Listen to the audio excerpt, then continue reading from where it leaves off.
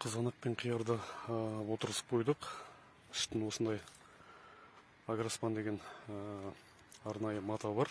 Былайша айтқанда агротикан деп айтады. Былайша айтқанда бұл суықтардан қорғайды және ыстықтан да кішкене сақтайды. Осындаймен жабындымен жауып қойдық. Қиярды еккенімізге 3 күн болып қапты. Қызанақты еккенімізге бір 10 шақты күн болып қалды. 9-10 күн болып қалды. Енді кішкене ашып көріп жатырмын. Қалай болып жатыр екен асты деп. Қазір мыналар қиярлар. Түбін ұялаған жоқпыз. Ұялау деп анау көшеттің астына топырақ тастайды, ауа кірмесін деп. Олай еткен жоқпын. Бірінші егіп алайық, кейін үстін ашқаннан кейін ұялай саламыз деп. Осылай екіп кеттім. Аллаға шүкір, өзгеріс бар. Видеоларымды көріп жүрген болсаңыз, мына қиярдың көшеттері егістік алқапқа әкеп егіп атқанымызда 3-ші құлаққа енді өтіп атқан. Қазір уже 4-ші құлақтарын шығарып қойыпты, 5-ке кетіп атыр алды. Шүкір, Аллаға мыңда бір шүкір, ақырында өсіп жатыр. Бірақ бұл жерде бір проблема бар. Бұл жерде сымқұрт көп. Алдың жылы былтыр әбден алысқанбыз. Биыл көреміз бұйырса қалай болатынын, бірақ дәрілеп шықтық. Әзірге дәрінің атауын айтпай қоя тұрамын, өйткені бұл әбден сынақтан өткізіп көріп отыр. Содан кейін барып атынан айтамын, қандай дәрі екен.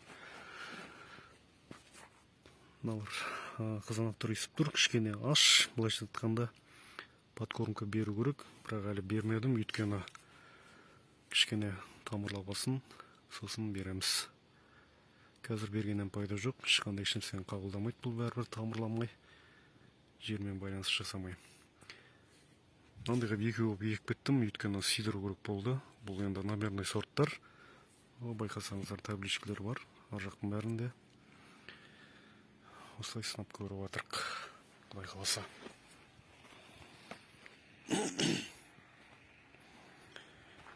Енді біраз жылдан бері гектарлап егіп жүрік. Енді бір азғантай жерден, соттық жерден, яғни 1 гектардың табысын табуға болады екен. Соған жұмыс жасап жүрмін соңғы кездері. Соны көріп жатырық енді, Құдай қаласа.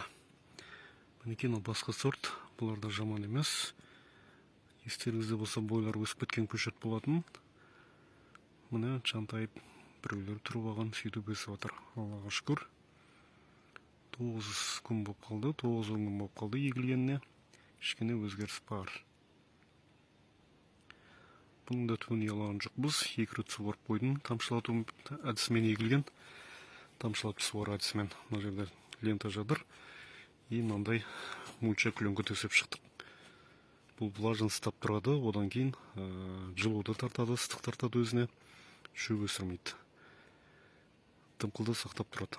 Айта берсеңіз, бұның плюстері көп. Сол үшін осындай мульчамен жабамыз, клёнкамен. Мінекей, көріне ма, көрмей ма сіздерге? Шүкір, ақырындап өсіп жатыр. Бұйырса көреміз енді. Алдағы уақытта өнімі қалай болады.